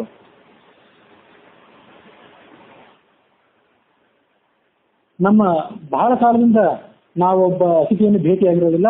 ಆ ದೀರ್ಘಕಾಲದ ಬಳಿಕ ಅತಿಥಿಯನ್ನು ಭೇಟಿ ಆದ್ಮೇಲೆ ನಮ್ಮ ಕೈಯಿಂದ ಅವನನ್ನು ಹಿಡಿದು ನಾವು ಹೇಗೆ ಅವನನ್ನು ಸತ್ಕಾರ ಮಾಡ್ತೇವಲ್ಲ, ಹಾಗೆ ಗೋವರ್ಧನ ಪರ್ವತವನ್ನ ಕೃಷ್ಣ ತನ್ನ ಅತಿಥಿ ಎಂಬಂತೆ ಆ ಗೋವರ್ಧನ ಪರ್ವತವನ್ನು ಹಿಡ್ಕೊಂಡ, ತನ್ನ ಕೈಯಿಂದ ಹಿಡಿದಿಟ್ಟಿದ್ದ. ಹೀಗೆ ಹಿಡಿದು ನಿಲ್ಲಿಸಿದ ಮೇಲೆ ಆ ಕೃಷ್ಣನ ಪ್ರಭಾವವನ್ನು ನೋಡಿ ಮನಗಂಡು ಆ ಗೋಪಾಲ ಬಾಲಕರೆಲ್ಲರೂ ಕೂಡ ಅದರ ಕೆಳಗೆ ನಿಂತ್ಕೊಂಡ್ರು. ಹೀಗೆ ನಿಂತ್ಕೊಂಡ ಮೇಲೆ ಅವರಿಗೆ ಬಂದಿರತಕ್ಕಂಥ ಆಪತ್ತೆಲ್ಲ ಪರಿಹಾರ ಆಯಿತು. 7 ದಿವಸಗಳ ನಿರಂತರವಾದ ಮಳೆ ಬಳಿಕ ಇಂದ್ರನಿಗೆ ಕೃಷ್ಣನ ಮಹತ್ವ ಗೊತ್ತಾಯಿತು. ಇವನು ಸಾಮಾನ್ಯನಾದಂಥ ಬಾಲಕ ಅಲ್ಲ, ಇವನು ಸ್ವಯಂ ವಿಷ್ಣು ಎಂಬುದಾಗಿ ಇಂದ್ರನಿಗೆ ಅವನ ಮಹತ್ವ ಗೊತ್ತಾಯಿತು. ನಾನು ಎಷ್ಟು ದಿವಸ ಮಳೆ ಕರೆದರೂ ಕೂಡ ಈ ಗೋಪಾಲ ಬಾಲಕರಿಗಾಗ್ಲಿ, ಗೋವುಗಳಿಗಾಗ್ಲಿ, ಕೃಷ್ಣನಿಗಾಗ್ಲಿ, ಬಲರಾಮನಿಗಾಗ್ಲಿ ಏನೂ ಧಕ್ಕೆ ತರಲಿಕ್ಕೆ ನನಗೆ ಸಾಧ್ಯ ಇಲ್ಲ ಅಂತ ಅವನು ಈ ಕೃಷ್ಣ ಮತ್ತು ಬಲರಾಮರ ಪ್ರಭಾವವನ್ನು ಮನಗಂಡ. ಅದಾದ ಬಳಿಕ ಮತ್ತು ತನ್ನ ಅಧೀನದಲ್ಲಿರುವಂತಹ ಎಲ್ಲ ಮೋಡಗಳಿಗೂ ಅವನು ಆಜ್ಞಾಪನೆ ಮಾಡಿ ಅವನು ಏನ್ ಹೇಳಿದ ಅಂದ್ರೆ, ನೀವು ಈ ಕಡೆ ತಿರುಗಿ ಬನ್ನಿ, ಇನ್ನು ಈ ಕೃಷ್ಣನಿಗಾಗಲಿ ಬಲರಾಮನಿಗಾಗಲಿ ನಾವು ಯಾವುದೇ ಧಕ್ಕೆಯನ್ನು ಮಾಡಲಿಕ್ಕೆ ಸಾಧ್ಯ ಇಲ್ಲ, ಇದು ನಮ್ಮ ಅಜ್ಞಾನ, ಇದು ಅಜ್ಞಾನ ಆದ್ರಿಂದ ಅವನನ್ನು ಈ ಕಡೆ ಮರಳಿ ಬನ್ನಿ ಅಂತ ಎಲ್ಲ ಮೋಡಗಳಿಗೆ ಅವನು ಆಜ್ಞಾಪನೆ ಮಾಡಿದ. 7 ದಿವಸಗಳ ಕಾಲ ಹಸಿವು, ಬಾಯಾರಿಕೆ, ಸುಖಾಪೇಕ್ಷೆ ಎಲ್ಲವನ್ನು ತೊರೆದು ಒಂದು ಹೆಜ್ಜೆನೂ ಕೂಡ ಅಲುಗದಂತೆ ಕೃಷ್ಣ ಆ ಗೋವರ್ಧನ ಪರ್ವತವನ್ನು ಎತ್ತಿ ಹಿಡಿದಿದ್ದ. ಗೋವರ್ಧನ ಪರ್ವತವನ್ನು ಎತ್ತಿ ಹಿಡಿದು ಗಿರಿಧಾರಿ ಅಂತ ಹೆಸರನ್ನು ಪಡ್ಕೊಂಡ.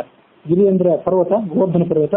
ಅದನ್ನ ಧರ ಅಂದ್ರೆ ಹಿಡಿದುಕೊಂಡಿದ್ದರಿಂದ ಗಿರಿಧಾರಿ ಅಥವಾ ಗಿರಿಧರ ಅಥವಾ ಗಿರೀಶ ಅಂತೂ ಅವನಿಗೆ ನಾವು ಹೆಸರು ಕರಿಬಹುದು. ಯಾಕಂದ್ರೆ ಆ ಗಿರಿ ಅಂದ್ರೆ ಪರ್ವತ, ಪರ್ವತದ ಮೇಲೆ ಕೂತ್ಕೊಂಡು ಅವನು ತನ್ನ ಶಕ್ತಿಯನ್ನು ತೋರಿಸಿದ್ರಿಂದ ಅವನಿಗೆ ಗಿರೀಶ ಅಂತ ಕೂಡ ನಾವು ಹೆಸರನ್ನು ಕರೀಬಹುದು. ಹೀಗೆ ಗಿರೀಶ, ಗಿರಿಧರ ಮೊದಲಾದಂಥ ಹೆಸರನ್ನು ಅವನು ಆ ಸಂದರ್ಭದಲ್ಲಿ ಪಡ್ಕೊಂಡು ಅವರೆಲ್ಲರನ್ನು ಕೂಡ ರಕ್ಷಣೆ ಮಾಡಿದ. 7 ದಿವಸದ ಬಳಿಕ ಆ ಮಳೆಯೆಲ್ಲ ನಿಂತ ಮೇಲೆ ಕೃಷ್ಣ ಹೇಳಿದ, ಮಳೆಯೆಲ್ಲ ನಿಂತಿದೆ, ಇನ್ನು ದನಕರುಗಳು, ಗೋಪಾಲ ಬಾಲಕರು, ಗೋಪಸ್ತ್ರೀಯರು ಎಲ್ಲರೂ ಕೂಡ ಸುರಕ್ಷಿತರಾಗಿದ್ದೀರಿ, ನೀವೆಲ್ಲರೂ ಕೂಡ ನಿಮ್ಮ ವಾಸಸ್ಥಳಕ್ಕೆ ತೆರಳಿರಿ ಅಂತ ಅವನು ಹೇಳಿದ. ಹೀಗೆ ಅವನು ಹೇಳಿದ ಮೇಲೆ ಇಂದ್ರನಿಗೆ ಬಹಳ ಆಶ್ಚರ್ಯ ಆಯಿತು. ಇಂದ್ರನಿಗೆ ಕೃಷ್ಣನನ್ನ ಭೇಟಿ ಮಾಡಬೇಕು ಅಂತ ಒಂದು ಬಯಕೆ ಕೂಡ ಬಂತು. ಆ ಬಳಿಕ ಅವನೇನು ಮಾಡಿದ ಅಂದ್ರೆ ತನ್ನ ಐರಾವತದ ಮೇಲೆ ಕುಳಿತು ಭೂಲೋಕಕ್ಕೆ ಇಳಿದು ಬಂದು ಆ ಪ್ರದೇಶಕ್ಕೆ ಬಂದ. ಅದೇ ಗೋವರ್ಧನ ಪರ್ವತದಲ್ಲಿ ಒಂದು ಬಂಡೆ ಕಲ್ಲಿನ ಮೇಲೆ ಕೃಷ್ಣ ಕೂತಿದ್ದ. ಕೃಷ್ಣನನ್ನ ಆ ಇಂದ್ರ ತನ್ನ ಮನಸ್ಸಿಗೆ ಪೂರ್ಣ ಸಂತೃಪ್ತಿಯಾಗುವಂತೆ ಗಮನಿಸಿದ. ಸ್ವಲ್ಪ ಪ್ರಮಾಣದ ಬಿಸಿಲಲ್ಲಿತ್ತು. ಆ ಬಿಸಿಲಿನ ಧಕ್ಕೆ ಕೃಷ್ಣನಿಗೆ ಆಗಬಾರದು ಅಂತನ್ನುವ ದೃಷ್ಟಿಯಿಂದ ಈ ಅವನ ವಾಹನನಾದಂತಹ ಗರುಡ ತನ್ನ 2 ರೆಕ್ಕೆಗಳನ್ನು ಬಿಚ್ಚಿ ಕೃಷ್ಣನ ಮೇಲೆ ಹರಡಿದ್ದ, ಅವನಿಗೆ ನೆರಳು ಆಗಬೇಕು ಅಂತೇಳಿ. ಆದ್ರೆ ಅವನು ಪೂರ್ಣ ತನ್ನ ವ್ಯಕ್ತ ರೂಪದಿಂದ ಇರಲಿಲ್ಲ, ಗರುಡ ಸೂಕ್ಷ್ಮ ರೂಪದಿಂದ ಇದ್ದ. ಅಲ್ಲಿ ಬೇರೆಯವರಿಗೆ ಅವನು ಕಾಣಬಾರದು, ಆದ್ರೆ ಕೃಷ್ಣನಿಗೆ ಆ ನೆರಳು ಸಿಕ್ಕಿರಬೇಕು. ಹೀಗೆ ಸೂಕ್ಷ್ಮ ರೂಪದಿಂದ ಗರುಡ ಅಲ್ಲಿದ್ದ. ಇದೆಲ್ಲವನ್ನು ನೋಡಿ ಆ ಕೃಷ್ಣ ಯಾರು ಅಂತ ಈ ಇಂದ್ರನಿಗೆ ಪೂರ್ಣವಾಗಿ ಮನವರಿಕೆ ಆಯಿತು. ಹೀಗೆ ಮನವರಿಕೆ ಆದ್ಮೇಲೆ ಇಂದ್ರ ತನ್ನ ಆನೆಯಿಂದ ಇಳಿದು ಕೃಷ್ಣನಿಗೆ ನಮಸ್ಕಾರ ಮಾಡಿ ಅವನಿಗೆ ಹೇಳಿದ, ನೀನು ಅತ್ಯದ್ಭುತವಾದಂತಹ ಕಾರ್ಯವನ್ನ ಇದನ್ನ ಮಾಡಿ ನಮಗೆಲ್ಲರಿಗೂ ಕೂಡ ನಿನ್ನ ಶಕ್ತಿ ಏನು ಅಂತ ಅನ್ನೋದನ್ನು ತೋರಿಸಿಕೊಟ್ಟಿದ್ದಿ. ಇದರಿಂದ ನನ್ನ ಅಹಂಕಾರ ಖಂಡಿತವಾಗಿದೆ ಮತ್ತು ನಾನು ಕೂಡ ನೀನು ಯಾರು, ನಿನ್ನ ಸ್ವರೂಪ ಏನು ಅಂತೆಲ್ಲವನ್ನು ನಾನು ತಿಳ್ಕೊಂಡಿದ್ದೇನೆ. ಸ್ವಯಂಭುವ ಯೋಗದ ಶಕ್ತಿಯಿಂದ ನೀನು ಈ ಮಹಾಪರ್ವತವನ್ನ ಎತ್ತಿ ಹಿಡಿದಿದ್ದಿ. ಸ್ವಯಂಭುವ ಯೋಗ ಅಂತ ಅದೊಂದು ಶಕ್ತಿಗೆ, ಒಂದು ವಿದ್ಯೆಗೆ ಹೆಸರು. ಸ್ವಯಂಭುವ ಯೋಗ ಅಥವಾ ಹಿರಣ್ಯಗರ್ಭಿ ಯೋಗ, ಹಿರಣ್ಯಗರ್ಭನಿಗೆ ಸಂಬಂಧಪಟ್ಟಂತ ಯೋಗ ಅಂತ ಅದನ್ನು ಕರೀತಾರೆ.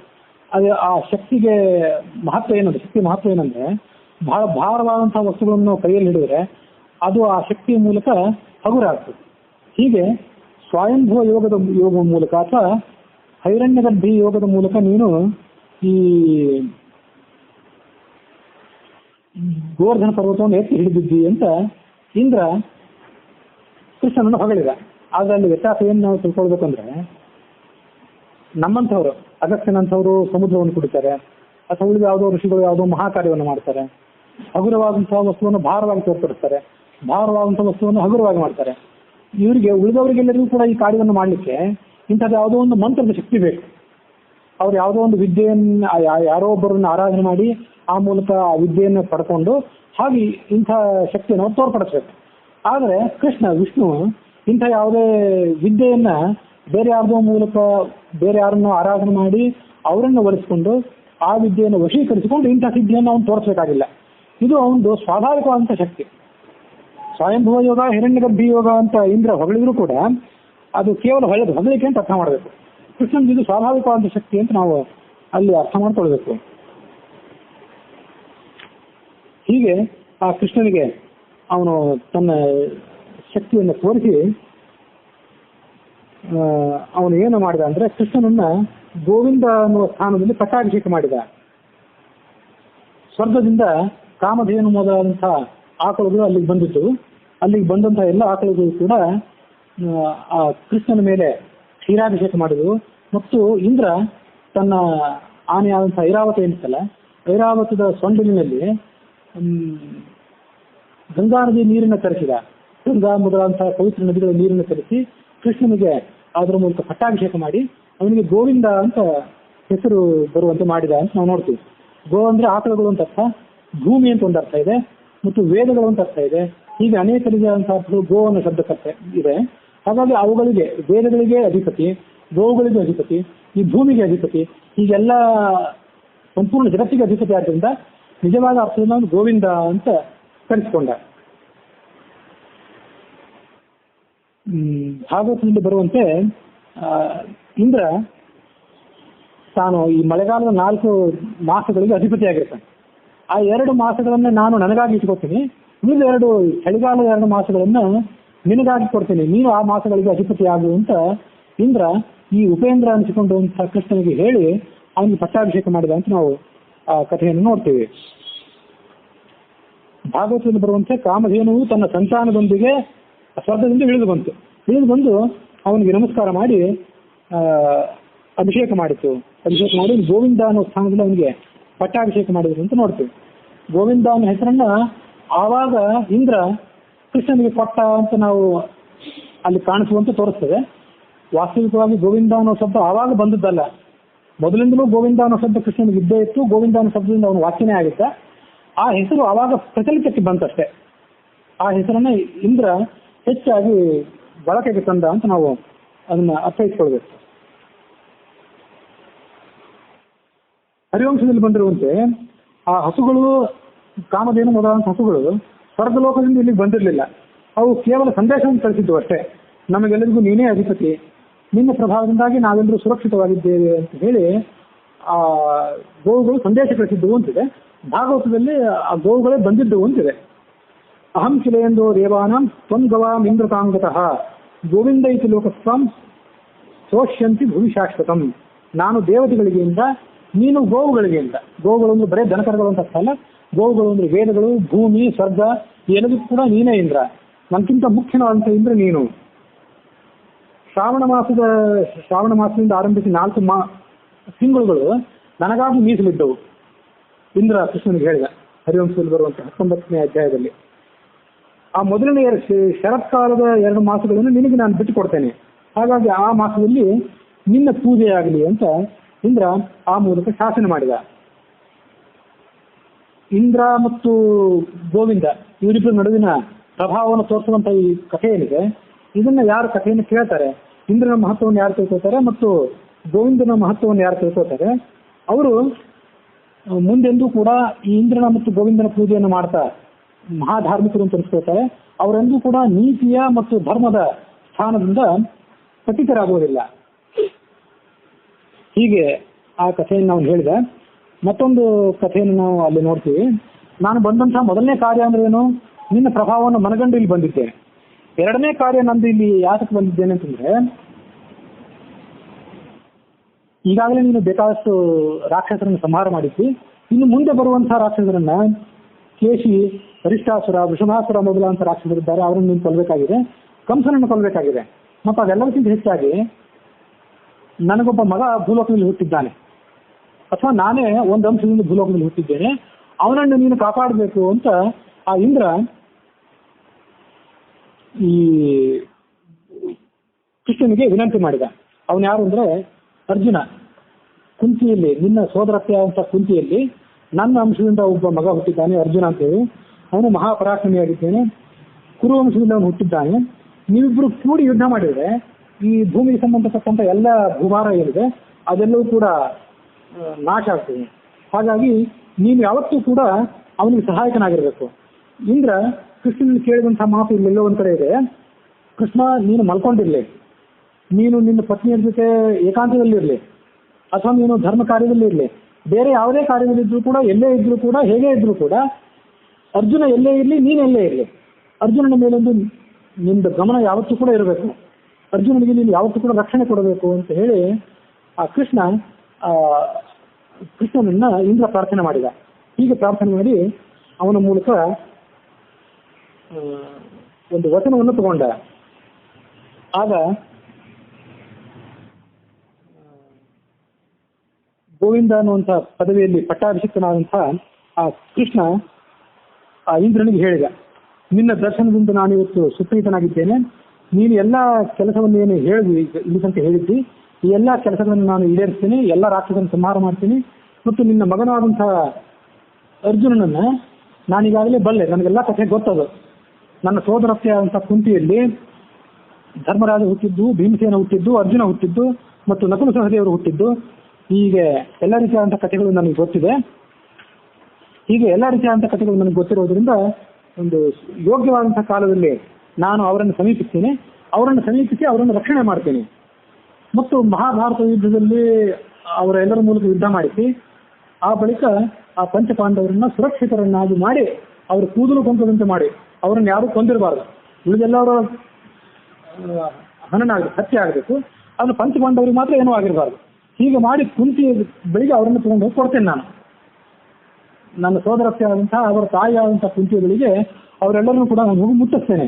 ಇದು ನನ್ನ ಜವಾಬ್ದಾರಿ ಅಂತ ಕೃಷ್ಣ ಆ ಇಂದ್ರನಿಗೆ ಆಶ್ವಾಸನೆ ಕೊಟ್ಟ.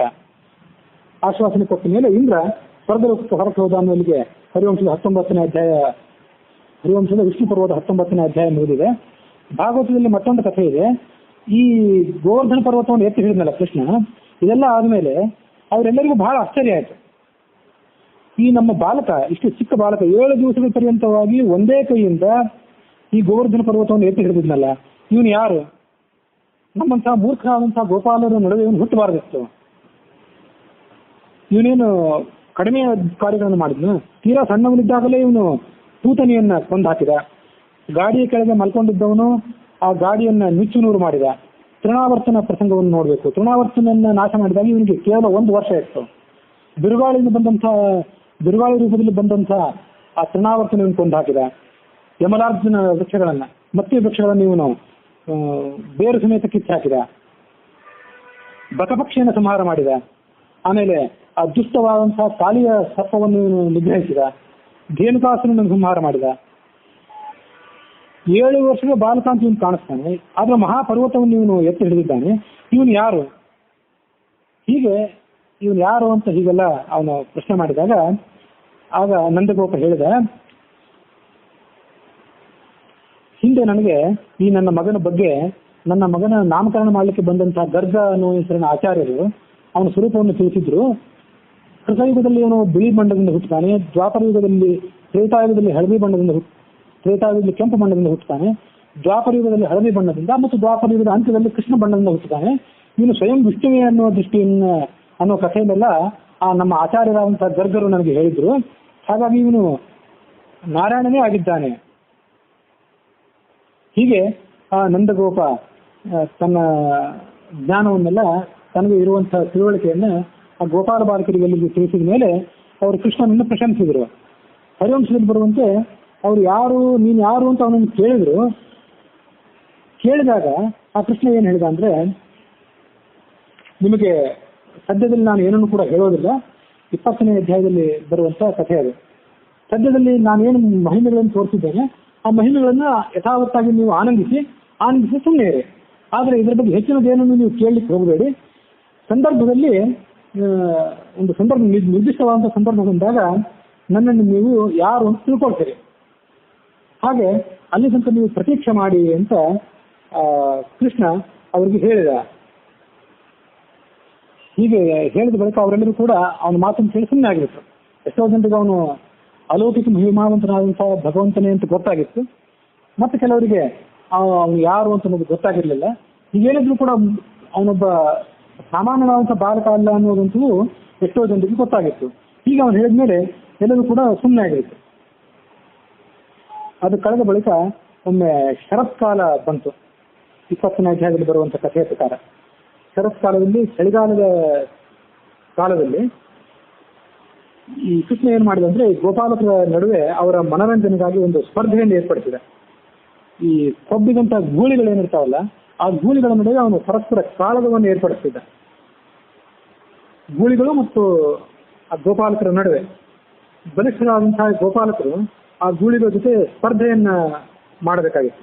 ಇಂತಹ ವಿವಿಧ ರೀತಿಯಾದಂತಹ ಸ್ಪರ್ಧೆಗಳನ್ನು ಏರ್ಪಡಿಸಿ ಅವನು ಆ ಗೋಪಾಲ ಬಾಲಕರು ಎಲ್ಲರಿಗೂ ಕೂಡ ಮನರಂಜನೆಯನ್ನ ಒದಗಿಸಿದ ಅಂತ ನಾವು ಕಥೆಯನ್ನು ನೋಡ್ತೀವಿ. ಅದಕ್ಕೆ ಅದಾದ ನಂತರ ಇರುವಂತಹ ಇನ್ನೊಂದು ಕಥೆ ಏನಂದ್ರೆ ನಂದಗೋಪನ ಉದ್ಧಾರದ ಕಥೆ. ಒಮ್ಮೆ ಈ ನಂದಗೋಪ ಕಾರ್ತಿಕ ಮಾಸದಲ್ಲಿ ಉಪವಾಸ ಮಾಡಿದ. ಇಂಥ ಒಂದು ಏಕಾದಶಿ ದಿವಸ ಆತ ಉಪವಾಸ ಮಾಡಿದ. ಉಪವಾಸ ಮಾಡಿ ಮಾರನೇ ದಿವಸ ದ್ವಾದಶಿ ದಿವಸ ಅವನು ಬೇಗ ಸ್ನಾನ ಮಾಡಬೇಕು ಅಂತ ಯಮುನಾ ನದಿಗೆ ಹೋದ. ಯಮುನಾ ನದಿಗೆ ಹೋದಾಗ ಅವನಿಗೆ ಒಂದು ತಪ್ಪೇನಾಗಿತ್ತಂದ್ರೆ, ದ್ವಾದಶಿ ದಿವಸ ಪ್ರಾತಃ ಕಾಲದ ಸಂದರ್ಭದಲ್ಲಿ ಅರುಣೋದಯ ಸಂದರ್ಭಕ್ಕೆ ಅವನು ಸ್ನಾನಕ್ಕೆ ಹೋಗಬೇಕಾಗಿತ್ತು. ಆದ್ರೆ ತೀರಾ ಇನ್ನೂ ರಾತ್ರಿ ಕಾಲ ಇದ್ದಾಗಲೇ ಅವನು ಸ್ನಾನಕ್ಕೆ ಹೋಗ್ಬಿಟ್ಟಿದ್ದ. ಈ ನಂದ ರಾತ್ರಿ ಕಾಲದಲ್ಲಿ ಅವನು ಸ್ನಾನಕ್ಕೆ ಹೋಗಿದ್ರಿಂದ ಆ ಕಾಲದಲ್ಲಿ ರಾಕ್ಷಸರು ಸಂಚಾರ ಮಾಡ್ತಿರ್ತಾರೆ. ರಾಕ್ಷಸರು ಸಂಚಾರ ಮಾಡ್ತಿರೋದನ್ನ ನಂದಗೋಪ ಅರ್ಥ ಮಾಡ್ಕೊಳ್ಳಿಲ್ಲ. ಹಾಗಾಗಿ ರಾಕ್ಷಸರು ಕೇವಲ ದುಷ್ಟರಾದಂತಹ ರಾಕ್ಷಸರು ಅಂತ ಅರ್ಥ ಅಲ್ಲ, ಕೆಲವು ರಾಕ್ಷಸರು ಮತ್ತು ಕೆಲವು ಕುಬೇರನ ಅನುಸರರು, ವರುಣನ ಅನುಸರರು, ಯಕ್ಷರು, ಪಿಶಾಚರು ಅಂತ ಏನಿರ್ತಾರಲ್ಲ ಅವರು ಕೆಲವು ಸಂಚಾರ ಮಾಡ್ತಿದ್ರು. ಅದನ್ನು ಇವನು ನೋಡದೆ ಸ್ಥಾನಕ್ಕೆ ಇಳಿದ್ಬಿಟ್ಟ. ವರುಣನ ಒಬ್ಬ ಸೇವಕ ನಂದನನ್ನ ಹೊತ್ಕೊಂಡು ಹೋಗ್ಬಿಟ್ಟ.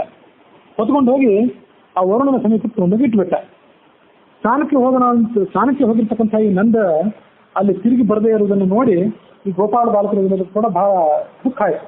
ಅವರೆಲ್ಲರೂ ಕೂಡ ಕೃಷ್ಣನನ್ನ ಶರಣಾಗತರಾದ್ರು. ಮತ್ತೊಮ್ಮೆ ಬೇಗ ಬಾ, ನಂದಗೋಪ ಎಲ್ಲಿದ್ದಾನೆ ನೋಡ್ಕೊಂಡು ಬಾ, ಸ್ನಾನಕ್ಕೆ ಹೋದವನು ತಿರುಗಿ ಬರಲೇ ಇಲ್ಲ ಅಂತ ಅವರೆಲ್ಲರೂ ಆಕ್ರೋಶ ಮಾಡ್ಲಿಕ್ಕೆ ಶುರು ಮಾಡಿದ್ರು.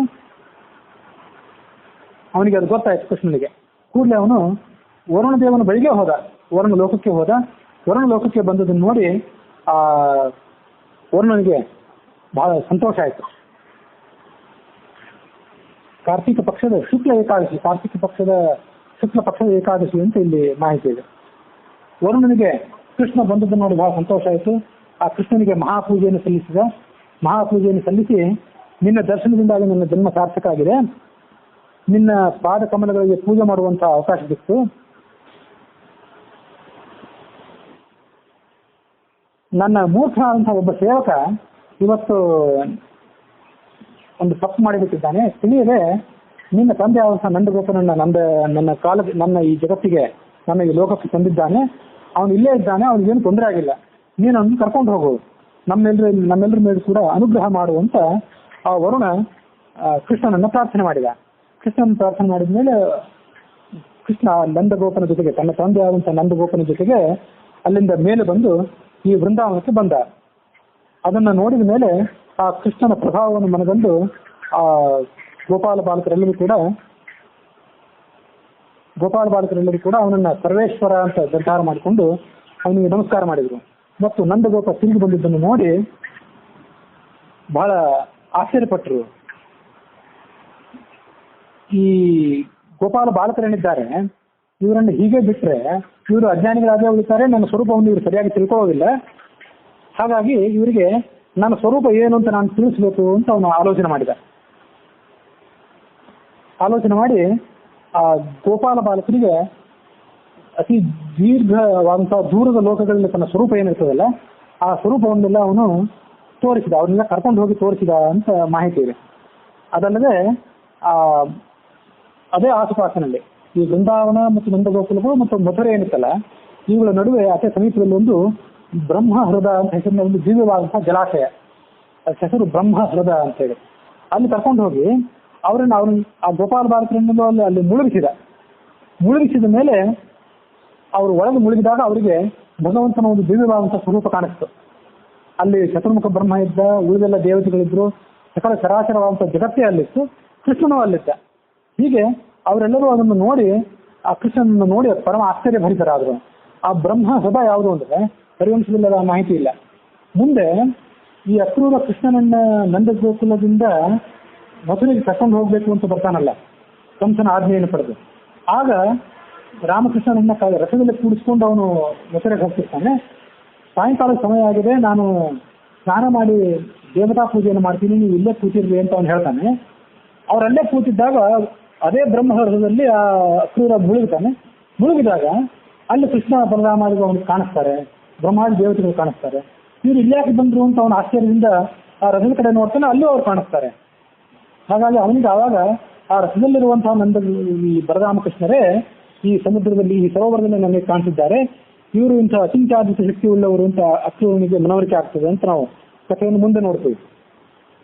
ಯಾವ ಬ್ರಹ್ಮಹೃದ ಅನ್ನುವಂತಹ ಸ್ಥಳದಲ್ಲಿ ಮುಂದೆ ಅಕ್ರೂರನಿಗೆ ಆ ಕೃಷ್ಣನ ವಿಶ್ವರೂಪ ದರ್ಶನ ಆಗ್ಲಿಕ್ಕಿದೆಯೋ, ಅದೇ ಬ್ರಹ್ಮಹೃದ ಅನ್ನುವಂಥ ದಿವ್ಯ ಜಲಾಶಯಕ್ಕೆ ಗೋಪರನ್ನು ಕರ್ಕೊಂಡು ಹೋಗಿ ಅವರನ್ನ ಅಲ್ಲಿ ಮುಳುಗಿಸಿ ಅವರಿಗೆ ಆ ಒಂದು ಅತ್ಯದ್ಭುತವಾದಂತಹ ಆನಂದವನ್ನು ಕೊಟ್ಟು ತನ್ನ ವಿಶ್ವರೂಪವನ್ನ ಬ್ರಹ್ಮಲೋಕವನ್ನೆಲ್ಲರಿಗೂ ಅಕ್ರೂರನಿಗೆ ತೋರಿಸುವಂತಹ ಬ್ರಹ್ಮಲೋಕವನ್ನೇ ಇವರಿಗೂ ಕೂಡ ಅವನು ತೋರಿಸಿದ ಅನ್ನುವಂಥ ಕಥೆಯನ್ನು ನಾವು ಭಾಗವತದಲ್ಲಿ ಕಥೆಯನ್ನು ಗಮನಿಸ್ತೀವಿ.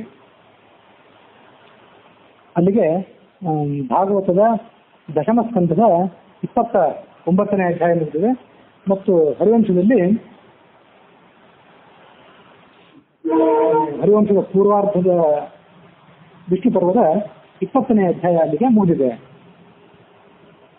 ಹುಸಿಯನಾಡಿ ಹೊಟ್ಟೆ ಹೊರೆವ ವಿಷಯದಲ್ಲಿ ರಸಿಕನೆಂದು ಹುಸಿಗೆ ಹಾಕದಿರೋದನ್ನ ಶ್ರೀಕೇಶನೇ, ಈಶನಿಂದ ಚರಣ ಭಜನೆ ಆಶೆಯಿಂದ ಮಾಡುವೆ, ದೋಷ ರಾಶಿ ನಾಶ ಮಾಡು ಶ್ರೀ ಕೇಶವ. ಶ್ರೀಕೃಷ್ಣಾರ್ಪಣ ಮಸ್ತು.